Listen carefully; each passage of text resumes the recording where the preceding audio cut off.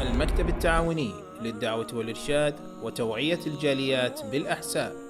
إن الحمد لله نحمده ونستعينه ونستغفره ونعوذ بالله من شرور أنفسنا ومن سيئات أعمالنا من يهده الله فلا مضل له ومن يضلل فلا هادي له وأشهد أن لا إله إلا الله وحده لا شريك له وأشهد أن محمدًا عبده ورسوله.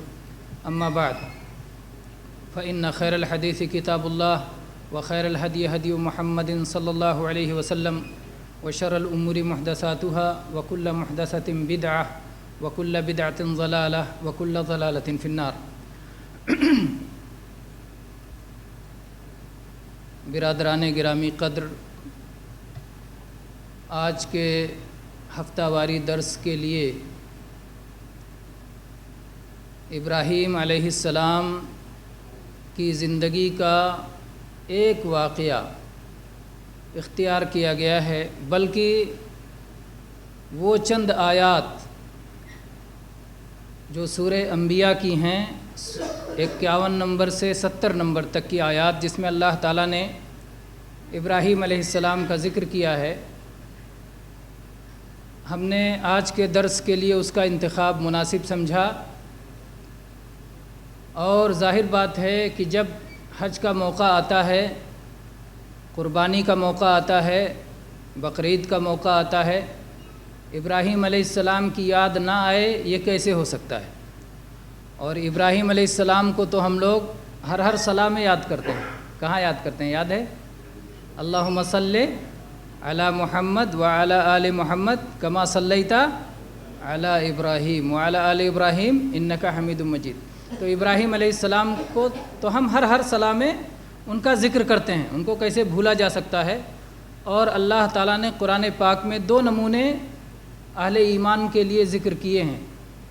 ایک نمونہ جناب محمد رسول اللہ صلی اللہ علیہ وسلم کا، اللہ نے فرمایا لقد کان لکم فی رسول اللہ اسوۃ حسنہ. اور ایک نمونہ ابراہیم علیہ السلام کا، اللہ تعالیٰ نے فرمایا لقد کانت لکم اسوۃ حسنۃ فی ابراہیم والذین معہ. تو ابراہیم علیہ السلام کا اسوہ اللہ تعالیٰ نے ہمارے لیے ذکر کیا ہے. ابراہیم علیہ السلام کے واقعات چونکہ قرآن پاک میں مختلف جگہ پر مختلف انداز میں آئے ہیں، تو ظاہر بات ہے سب کو ایک ساتھ لے کے بیان کیا جائے اس مختصر سے درس میں مشکل ہے. تو اس کا ایک حل یہ سمجھ میں آیا کہ آج صرف ایک جگہ کو اختیار کیا جائے جہاں اللہ تبارک و تعالیٰ نے ابراہیم علیہ السلام کے قصے کا ذکر کیا ہے، اور قرآن کی انہی آیتوں کو سامنے رکھ کر کے ان میں غور و فکر کیا جائے. سورہ انبیاء میں 51 نمبر سے 70 نمبر تک اللہ تبارک و تعالیٰ نے ابراہیم علیہ السلام کا ذکر کیا ہے. آئیے ان آیات کو پڑھتے ہیں. اعوذ باللہ من الشیطان الرجیم وَلَقَدْ آتَيْنَا إِبْرَاهِيمَ رُشْدَهُ مِن قَبْلُ وَكُنَّا بِهِ عَالِمِينَ. اللہ تعالیٰ نے فرمایا اور یقیناً ہم نے عطا کی تھی اپنی طرف سے سوجھ بوجھ پہلے ہی سے ابراہیم علیہ السلام کو، اور ہم اس کے بارے میں جانتے تھے. تو اللہ تعالیٰ نے کہا کہ ہم نے عطا کیا تھا، رشد عطا کیا تھا. رشد عربی کا جو لفظ ہے اس کے مقابلے میں غی آتا ہے. غی گمراہی، بھٹک جانا، حق و باطل میں تمیز نہ رہے، اور رشد کا مطلب حق اور باطل میں تمیز کرنے کی صلاحیت. حق کیا ہے، سچائی کیا ہے، اور جھوٹ کیا ہے، ناحق کیا ہے، اس کو آدمی پرکھ لے، صحیح راستے کو، راہ راست کو جان لے، یہ ہے رشد. تو اللہ تعالیٰ نے کہا کہ ہم نے رشد عطا کیا، ہم نے سمجھ بوجھ عطا کیا، ہم نے فہم و فراست عطا کیا. کس کو؟ ابراہیم علیہ السلام کو. پھر اللہ تعالیٰ نے کہا وَكُنَّا بِهِ عَالِمِينَ، اور ہم ان کے بارے میں خوب اچھی طرح جانتے تھے. گویا یہ اشارہ ہے کہ ہم نے یوں ہی نہیں عطا کر دیا، وہ اس کے اہل تھے، ان کے اندر یہ صلاحیت تھی، ان کے اندر یہ لیاقت اور قابلیت تھی کہ وہ اس رشد کے متحمل بن سکیں، اس فہم اور سمجھ کو اپنے اندر لے کر کے اس پر چل سکیں، راہ راست کو سمجھ پہ اس پہ خود بھی قائم رہیں اور اس کی طرف بلا سکیں.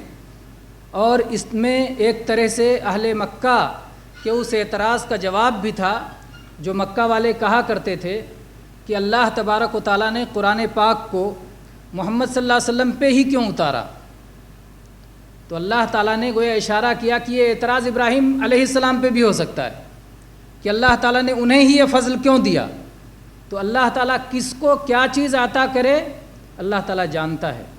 اللہ تعالیٰ نے جیسے نبی صلی اللہ علیہ وسلم کے بارے میں فرمایا اللہ اعلم حیث یجعل رسالتہ، اللہ تعالیٰ خوب اچھی طرح جانتا ہے کہ کس کو اپنا رسول بنائے.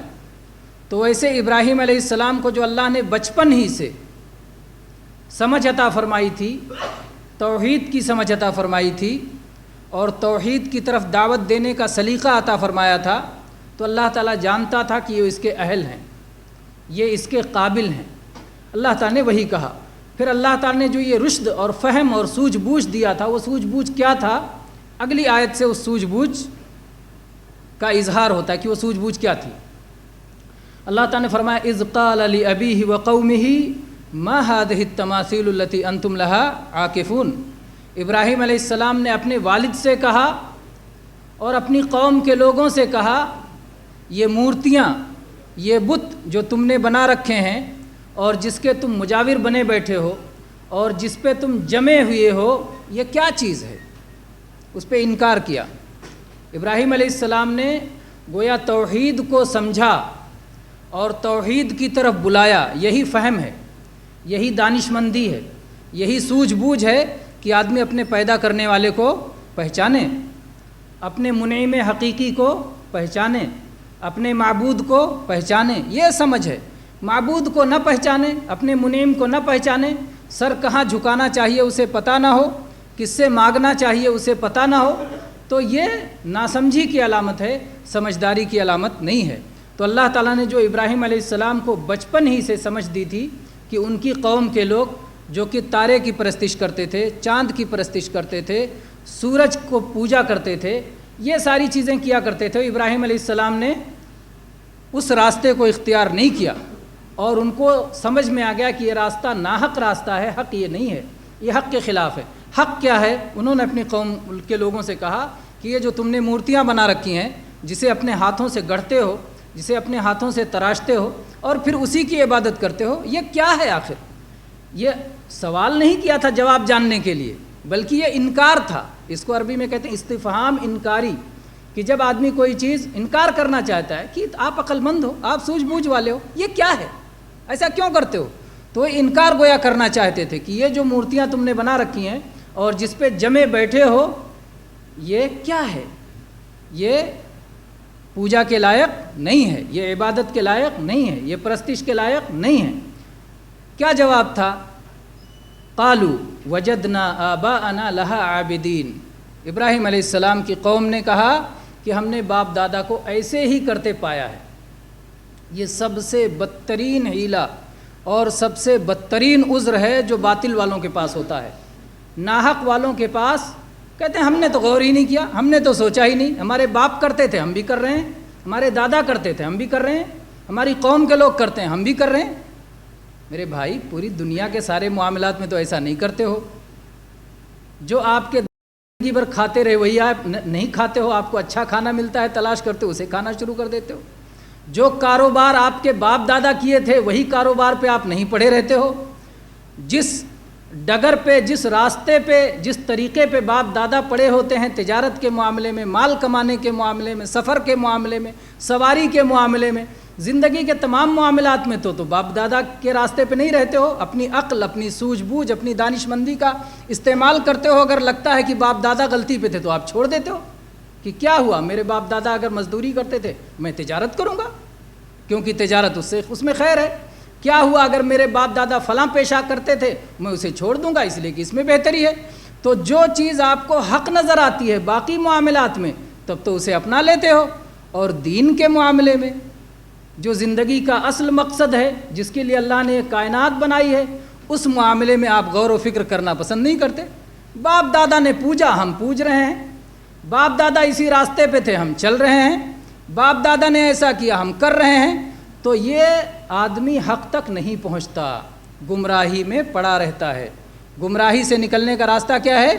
کہ اپنی عقل کو، اپنی سوجھ بوجھ کو، اپنی فطرت کو، اللہ تعالیٰ کی طرف سے عطا کی ہوئی، اتاری ہوئی وحی کو، نبیوں کے ذریعے آئی ہوئی تعلیمات کو اپنا کر کے حق کو قبول کرے تاکہ وہ اس دنیا میں بھی کامیاب ہو اور مرنے کے بعد بھی کامیاب ہو۔ تو یہ بدترین چیز ہے جس کی وجہ سے لوگ گمراہی میں پڑے رہتے ہیں، اور یہ حجت اور دلیل نہ ہونے کا ثبوت ہے۔ گویا وہ کہتے ہیں ہمارے پاس کوئی حجت نہیں، ہمارے پاس کوئی دلیل نہیں، ہم نے باپ دادا کو ایسا کرتے پایا، ہم ایسا کر رہے ہیں۔ تو ابراہیم علیہ السلام کی قوم نے بھی یہی کہا کہ ہمارے باپ دادا ایسا کر رہے تھے، اس لیے ہم بھی ایسے کر رہے ہیں۔ اور یہ ایک طرح سے کفار مکہ کے لیے اعلان تھا کہ مکہ کے لوگوں، تم لوگ اپنے آپ کو ابراہیم علیہ السلام کا ماننے والا کہتے ہو، اپنے آپ کو دین ابراہیم پہ قائم کہتے ہو، اور تم بھی وہی حرکت کر رہے ہو جس سے ابراہیم علیہ السلام نے روکا تھا۔ ابراہیم علیہ السلام نے تو مورتیوں کی عبادت سے روکا تھا، اور تم بھی اسی میں لگ گئے، تو تم کیسے ابراہیم علیہ السلام کے ماننے والے ہو؟ تو ابراہیم علیہ السلام نے اپنی قوم سے کہا کہ یہ مورتیاں کیا ہیں جن پہ تم جمے بیٹھے ہو؟ تو ان لوگوں نے کہا ہم نے اپنے باپ دادا کو ان کی عبادت کرتے ہوئے پایا ہے، اس لیے ہم بھی کر رہے ہیں۔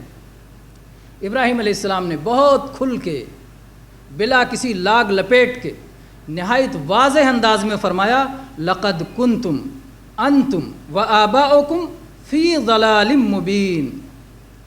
ابراہیم علیہ السلام نے کہا یقیناً تم بھی اور تمہارے باپ دادا بھی سب کے سب کھلی ہوئی گمراہی میں ہیں، سب راہ راست سے بھٹکے ہوئے ہیں۔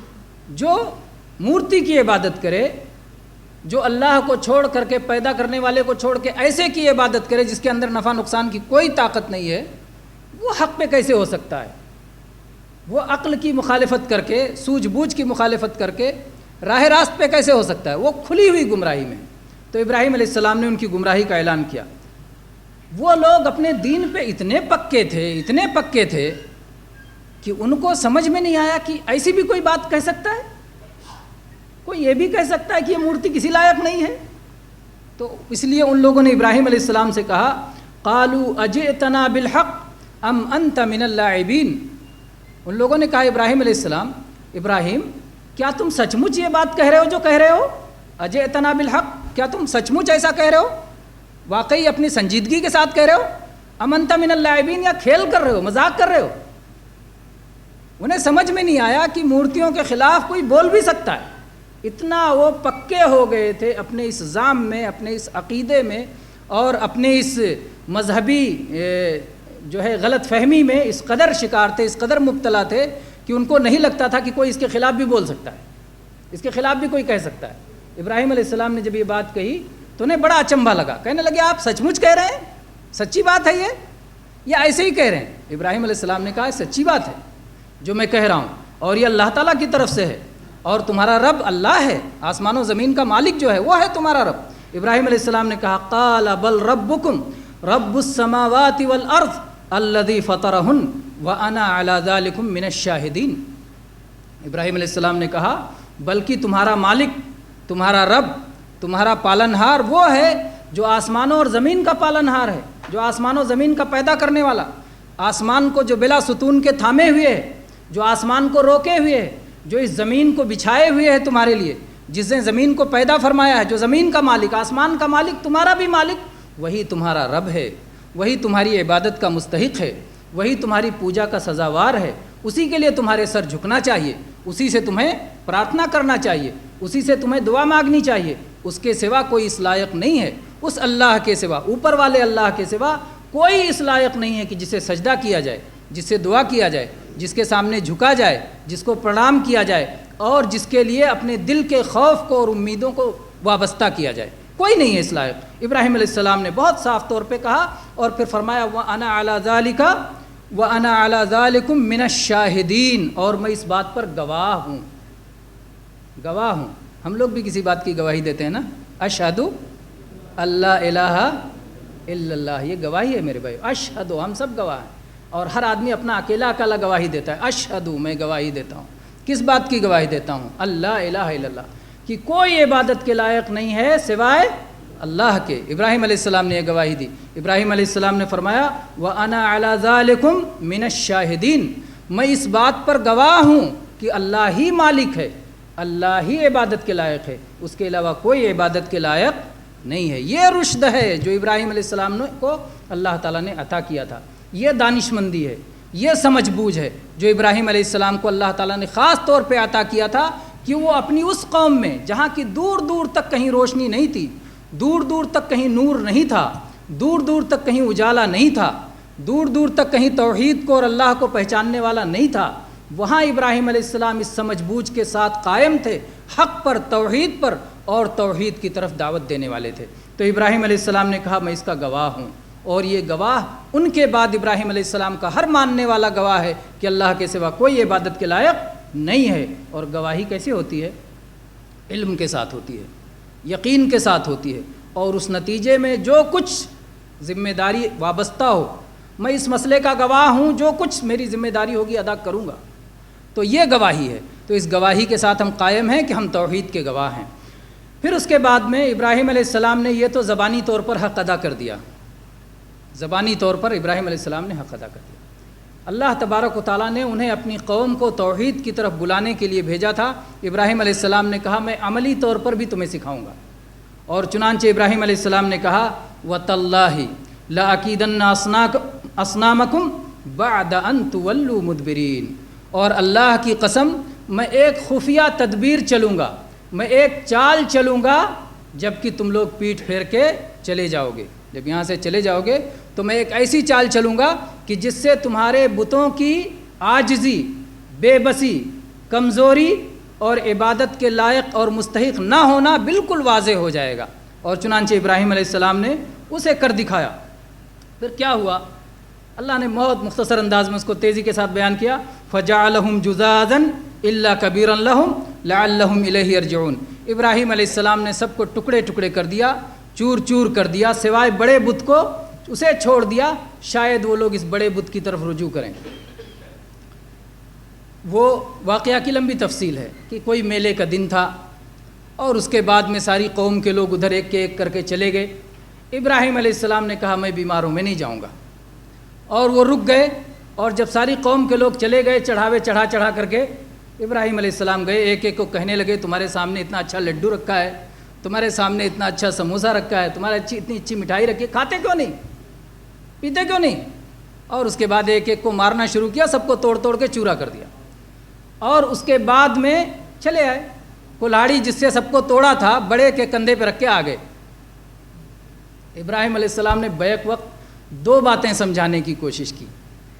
ایک تو یہ کہ بت عبادت کے لائق نہیں ہیں، اور دوسرے یہ کہ ایک سے زیادہ معبود نہیں ہو سکتے، معبود صرف ایک ہوگا۔ وہاں پر بہت سارے تھے نا، ان لوگوں کا طریقہ کیا تھا کہ ایک بڑا بت بنا کے رکھا ہے جو سب کا سردار ہے، یہ سارے بتوں کا، سارے معبودوں کا سردار ہے، اور پھر چھوٹے چھوٹے بت بنا کے رکھے تھے جو اس بڑے بت کے مددگار ہیں۔ ان میں کام تقسیم ہے، یہ جو ہے علم کا دیوتا ہے تو یہ مال کا دیوتا ہے، تو یہ فلانے کا دیوتا ہے تو یہ فلانے کا دیوتا ہے، کام تقسیم کر رکھا ہے، سارے بہت سارے معبود بنا رکھے ہیں، اور ایک بڑا ہے جو سب کا سردار ہے۔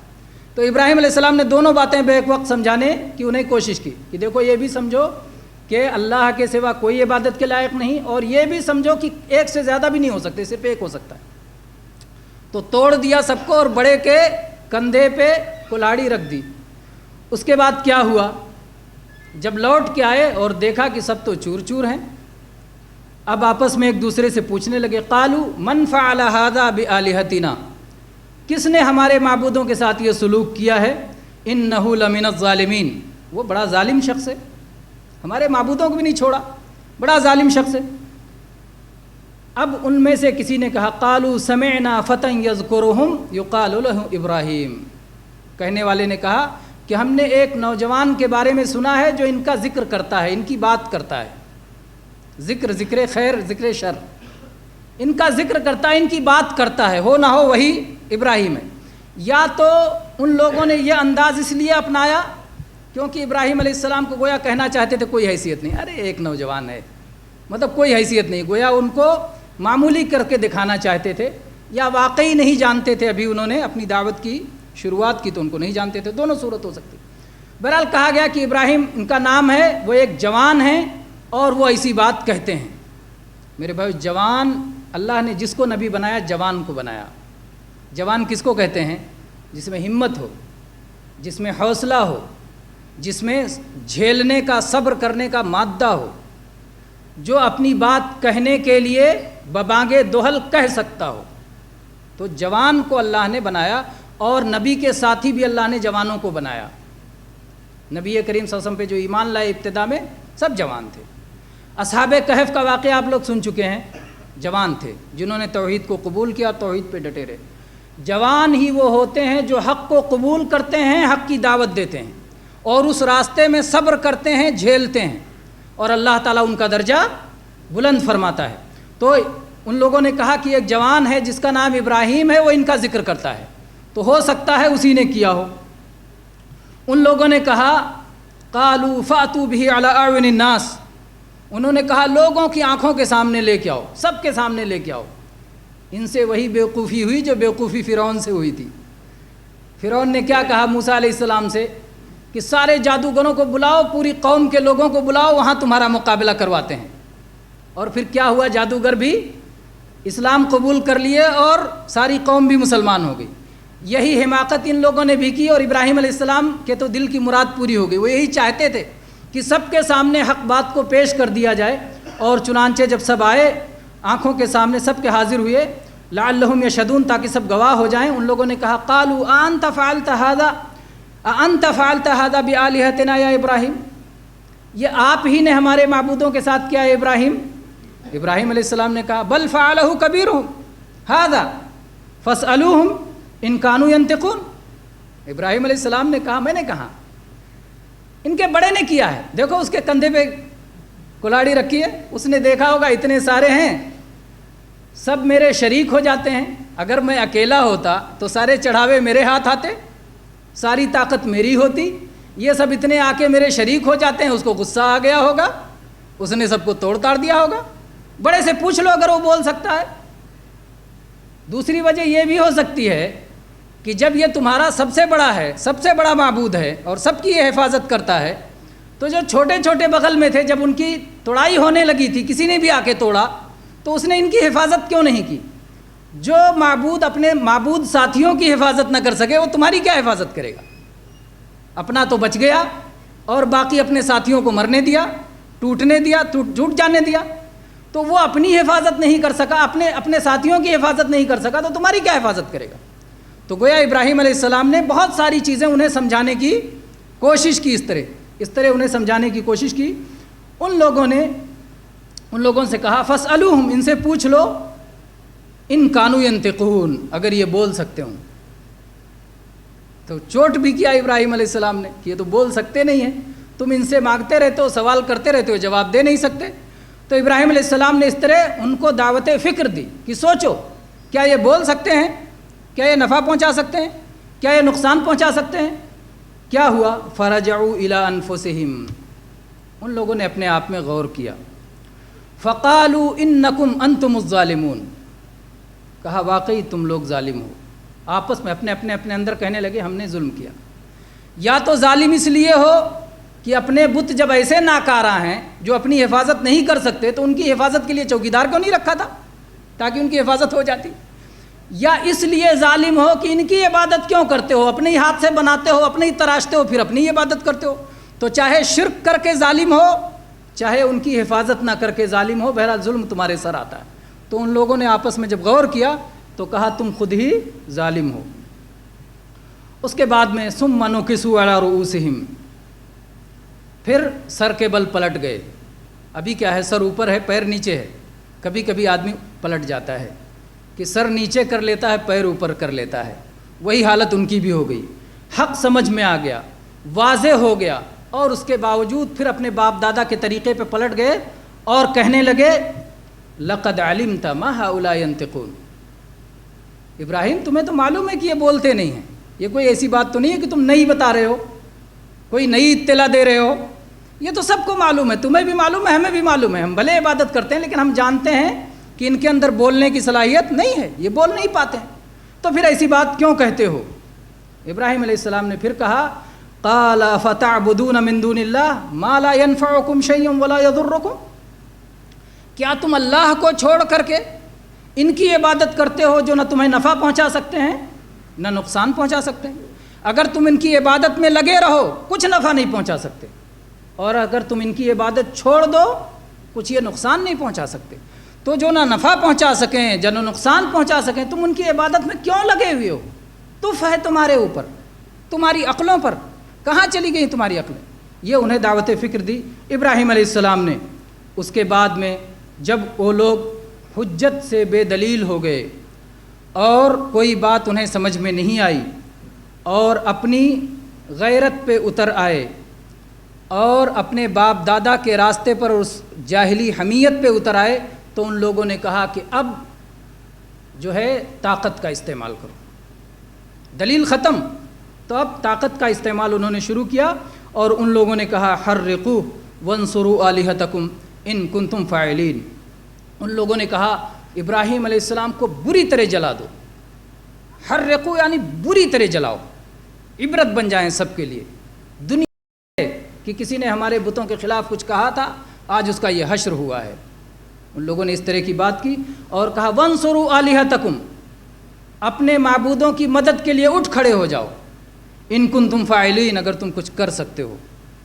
یہ ہوا کہ پوری قوم کو اس طرح سے انہوں نے بھڑکایا ابراہیم علیہ السلام کے خلاف، اور سب جو ہے لگ گئے کہ بڑی آگ لگانی ہے اور ان کو جلا دینا ہے ابراہیم علیہ السلام کو، اور چنانچہ آگ جلائی گئی۔ اور وہ رب، وہ مالک جس کی طرف ابراہیم علیہ السلام دعوت دے رہے تھے، اس مالک کی طرف سے بھی تدبیر ہو رہی تھی۔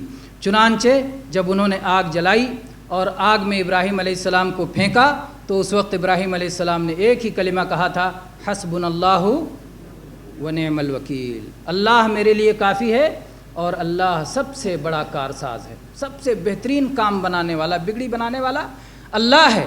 اور یہی بات محمد الرسول اللہ صلی اللہ علیہ وسلم اور آپ کے ساتھیوں نے کہی تھی جب پورا عرب آپ کے خلاف اکٹھا ہو گیا تھا، حسبنا اللہ ونعم الوکیل، اللہ ہمارے لیے کافی ہے اور اللہ سب سے بہتر کام بنانے والا ہے۔ چنانچہ جب ہوا کا فرشتہ، بارش کا فرشتہ، سارے فرشتے اس انتظار میں تھے کہ ہمیں حکم ملے، ہم بارش برسا دیں، پانی بجھ جائے، ہوا ہم اڑا دیں انہی کے اوپر، یہ آگ سے جل جائیں۔ اللہ تعالیٰ نے کسی کو کچھ نہیں کہا، ڈائریکٹ اللہ نے آگ کو حکم دیا۔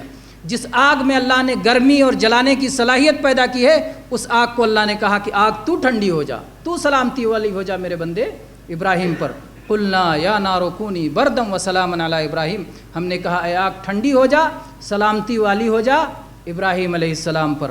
اور اگر صرف ٹھنڈا کہا گیا ہوتا تو شاید زیادہ ٹھنڈی کی وجہ سے شاید تکلیف پہنچ جاتی، اس لیے اللہ نے کہا ٹھنڈی بھی ہو جا اور ایسی ٹھنڈک جس سے کوئی تکلیف نہ پہنچے، سلامتی والی ہو جا۔ وَأَرَادُوا بِهِ كَيْدًا فَجَعَلْنَاهُمُ الْأَخْسَرِينَ، ان لوگوں نے ابراہیم علیہ السلام کے خلاف چال چلنی چاہیے، قید چال کو کہتے ہیں۔ ان لوگوں نے ابراہیم علیہ السلام کے خلاف چال چلنی چاہیے، لیکن ہم نے انہی کو گھاٹے میں ڈال دیا۔ ابراہیم علیہ السلام خوش و خرم وہاں سے نکل آئے، سلامتی کے ساتھ نکل آئے، سب نے دیکھا کہ یہ ابراہیم علیہ السلام جس کی دعوت دے رہے ہیں، ان کے رب نے ان کی حفاظت کی ہے، اور وہ اپنی دعوت پہ قائم رہے۔ اور ابراہیم علیہ السلام نے اس سے، انہوں نے بلا وجہ دشمنی مول لی، ابراہیم علیہ السلام سے دشمنی مول لی انہیں آگ میں ڈال کر کے، اور ان کا کچھ بگاڑ بھی نہیں پائے۔ تو ابراہیم علیہ السلام اپنی حق کی دعوت پر اس کے بعد بھی قائم رہے۔ اللہ تعالیٰ نے یہاں جو لفظ استعمال کیا وَأَرَادُوا بِهِ كَيْدًا، ان لوگوں نے ابراہیم علیہ السلام کے ساتھ چال چلی۔ چال کون چلتا ہے؟ جو طاقتور ہوتا ہے یا جو کمزور ہوتا ہے؟ جو کمزور ہوتا ہے وہ چال چلتا ہے، طاقتور تو سامنے کرتا ہے، جو چاہتا ہے کرتا ہے۔ تو گویا انہوں نے جب وہ کمزور پڑ گئے، عقلی طور پر، ذہنی طور پر، حجت کے طور پر، ہر اعتبار سے شکست کھا گئے۔ دعوت دینے والا، اللہ تعالیٰ کی طرف بلانے والا غالب ہوتا ہے۔ اللہ کی دعوت کیونکہ واضح دعوت ہے، فطرت کے مطابق ہے، عقل کے مطابق ہے، حجت کے مطابق ہے، اللہ کی مدد آنے والی ہے، وہ غالب ہے، طاقتور ہے۔ تو ابراہیم علیہ السلام گویا فتح یاب ہو گئے، طاقتور ہو گئے، سامنے سے انہیں کچھ کرنے کی ہمت نہیں تھی، اس لیے انہوں نے چال چلی کہ اب آگ لگائیں گے۔ ایسے تو کچھ نہیں کر پائے، تو چال چل کے ابراہیم علیہ السلام کو نقصان پہنچانا چاہا تو ان کے چال کو اللہ نے ناکام کر دیا۔ ابراہیم علیہ السلام توحید پہ قائم رہے، دعوت توحید پہ قائم رہے، اللہ کی مدد آئی۔ اگر توحید چھوڑ دیا ہوتا مدد نہیں آتی۔ توحید پہ قائم رہیں گے مدد آئے گی، توحید کی دعوت پہ قائم رہیں گے مدد آئے گی۔ توحید کو چھوڑ دیا، توحید کی دعوت کو چھوڑ دیا، مدد نہیں آئے گی۔ ایک مسئلہ اس میں، ان آیات کی تفسیر میں صحیح بخاری میں ایک حدیث آئی ہے کہ ابراہیم علیہ السلام نے اپنی زندگی میں صرف 3 جھوٹ بولے ہیں۔ ایک جھوٹ تو یہ کہا کہ میں بیمار ہوں، گئے نہیں میلے میں اور کہا میں بیمار ہوں، اور دوسرا جھوٹ یہ کہ بڑے بت نے کیا، اور تیسرا جھوٹ یہ کہ ایک بار ابراہیم علیہ السلام سفر پہ جا رہے تھے، ان کی بیوی سارہ علیہ السلام ساتھ میں تھی، راستے میں ایک ظالم تھا جو خوبصورت عورتوں کو چھین لیا کرتا تھا اور شوہروں کو قتل کر دیا کرتا تھا، تو اس لیے وہاں پہ کہا یہ میری بہن ہے، کیونکہ اہل ایمان اور کوئی نہیں تھے۔ یہ 3 جھوٹ بولے، اور اگر غور کیا جائے تو حقیقت میں یہ جھوٹ نہیں ہے، لیکن کس موقع پر ابراہیم علیہ السلام کہیں گے کہ میں نے جھوٹ بولا، یہ بھی دیکھنے کی بات ہے۔ حدیث میں ہے کہ جب میدان محشر میں سخت ہولناکی کا سما ہوگا اور ہر کوئی کو اپنے نفس کا خیال آئے گا، تو اس وقت لوگ جائیں گے آدم علیہ السلام کے پاس۔ آدم علیہ السلام کہیں گے میں نے پھل کھا لیا تھا، اللہ نے مجھے روکا تھا، میں آج سفارش نہیں کر پاؤں گا، اللہ آج بہت غصے میں ہے۔ نوح علیہ السلام کے پاس جائیں گے، کہیں گے نوح علیہ السلام اللہ نے ہر نبی کو ایک دعا دی تھی، وہ دعا میں نے دنیا ہی میں کر لی، میری قوم کے لوگ ڈوب گئے، اب میرے پاس وہ دعا بچی نہیں، اس لیے میں آج کچھ نہیں کر سکتا۔ جاؤ ابراہیم علیہ السلام کے پاس جاؤ۔ ابراہیم علیہ السلام کے پاس جائیں گے تو ابراہیم علیہ السلام کہیں گے کہ میں نے زندگی میں 3 جھوٹ بولے تھے، میں آج سفارش نہیں کر سکتا۔ اس موقع کی بات ہے، اس کو بھی یاد رکھیں۔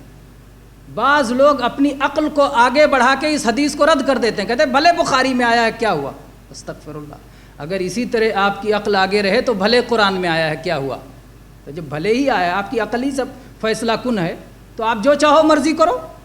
تو یہ ہماری عقل کے بھی استعمال کے کچھ اصول ہیں، انہی اصول پہ عقل ہے تو ٹھیک ہے، عقل اپنے اصول سے باہر ہو جاتی ہے تو قابل قبول نہیں ہے۔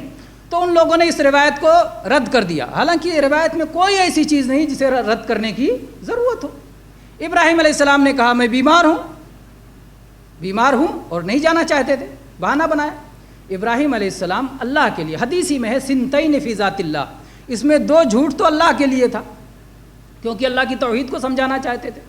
تو اللہ کی توحید کو جب سمجھانا چاہتے تھے، اللہ کے لیے جھوٹ بولا تھا، تو یہ کیوں کہا کہ میں نے جھوٹ بولا؟ ڈر رہے تھے، ڈر اس لیے رہے تھے کہ اللہ تعالیٰ سے اجازت نہیں ملی تھی۔ نبیوں کو وحی آتی ہے، پھر نبی کوئی کام کرتے ہیں۔ ابراہیم علیہ السلام نے یہ مسئلہ اجتہادی طور پہ کیا تھا، اللہ کا حکم نہیں آیا، انہوں نے سوچا کہ میں کہہ دوں گا بیمار ہوں، تو اللہ سے اجازت کے بغیر انہوں نے اجتہاد کیا تھا، اور ڈر رہے تھے پتہ نہیں میرا اجتہاد صحیح نکلا کہ غلط نکلا، اس لیے ڈر رہے تھے۔ جو کہا بڑے نے کیا ہے، سمجھانے کے لیے کیا، لیکن سامنے والوں کے حساب سے تو جھوٹ تھا، تو وہ چونکہ اتنے بڑے مقام پہ، خلت کے مقام پہ تھے، اس لیے اس کو بھی یہ بڑا سمجھ رہے تھے۔ تو یہ چیزیں ہیں، اور میرے بھائی جو ہے وہ آدمی خوش نصیب ہے جس کا جھوٹ گن لیا جائے۔ آج ہمارے جھوٹ کا کیا حال ہے، ایک دن میں، ایک مہینے میں، ایک سال میں کتنے جھوٹ ہو جاتے ہیں۔ اگر پوری زندگی میں صرف 3 جھوٹ بولا ہو تو آپ کہیں گے کہ یہ آدمی لائق اعتبار نہیں ہے، کیسی بات ہے، کیسے کہنے والے کہتے ہیں۔ بہرحال اس روایت پہ کوئی حرف نہیں ہے، روایت بالکل سچی ہے، صحیح ہے، عقل کے مطابق ہے۔ جو لوگ اس کو عقل کے خلاف کہتے ہیں وہ اپنی عقل کا علاج کریں۔ تو یہ جو ہے آیات ہیں، اور اس میں ابراہیم علیہ السلام کی تعلیمات ہیں۔ ابراہیم علیہ السلام نے ساری دنیا کے سامنے عملی طور پہ بھی کر کے دکھا دیا کہ اللہ کے سوا جن کی عبادت کی جاتی ہے وہ کسی لائق نہیں ہے۔ اب ہم لوگوں کو دکھانے کی ضرورت نہیں، ابراہیم علیہ السلام دکھا چکے۔ ابراہیم علیہ السلام نے سب کے لیے واضح کر دیا، اور ساری دنیا جانتی ہے کہ یہ اس لائق نہیں ہے۔ اس لیے ابراہیم علیہ السلام کہ جس نے ابراہیم علیہ السلام نے بتوں کو توڑا، محمد الرسول اللہ صلی اللہ علیہ وسلم نے دلوں کے بتوں کو توڑا۔ دلوں کے بتوں کو توڑ دو، لوگ ظاہری بتوں کو اپنے ہاتھوں سے توڑ دیں گے۔ محمد الرسول اللہ صلی اللہ علیہ وسلم نے مکہ مکرمہ جب تک فتح نہیں کر لیا تب تک لوگوں کے دلوں کے بتوں کو توڑتے رہے اور ان کو اللہ کی توحید سکھلاتے رہے، اور جب مکہ فتح کر لیا تو پھر ایک ایک بت کو کعبہ سے نکال کے پھینک دیا گیا۔ وہی لوگ جو بتوں کے لیے اپنا خون بہانے کے لیے تیار تھے اور کسی طرح کی کوئی بات سننے کے لیے تیار نہیں تھے، انہی لوگوں نے ان بتوں کو توڑا اور پورے عرب سے ان بتوں کو پاک کر دیا، اور پوری دنیا میں ان بتوں کو ختم کرنے کے لیے توحید کا جھنڈا لے کے نکل پڑے۔ تو میرے بھائیوں، اگر ہم توحید کو خوب اچھی طرح سیکھ لیں گے اور ایک اللہ کے سوا کسی کی طرف نہیں جائیں گے، نہ اپنے جیسے انسان کی طرف، نہ زندہ کی طرف، نہ مردہ کی طرف، نہ ولی کی طرف، نہ نبی کی طرف، نہ فرشتے کی طرف. اللہ کو چھوڑ کر کسی سے نہ خوف ہوگا، نہ امید ہوگی، نہ کسی سے دعا مانگیں گے، نہ کسی کو مدد کے لیے پکاریں گے. ایک اللہ کی خالص توحید پہ قائم رہیں گے، اللہ کی مدد آئے گی. اور اللہ کی مدد جہاں شامل حال ہو وہاں کوئی کسی کا بال بیکا نہیں کر سکتا. حسبنا اللہ ونعم الوکیل. وآخر دعوانا ان الحمد للہ رب العالمین وصلی اللہ علی نبینا وسلم.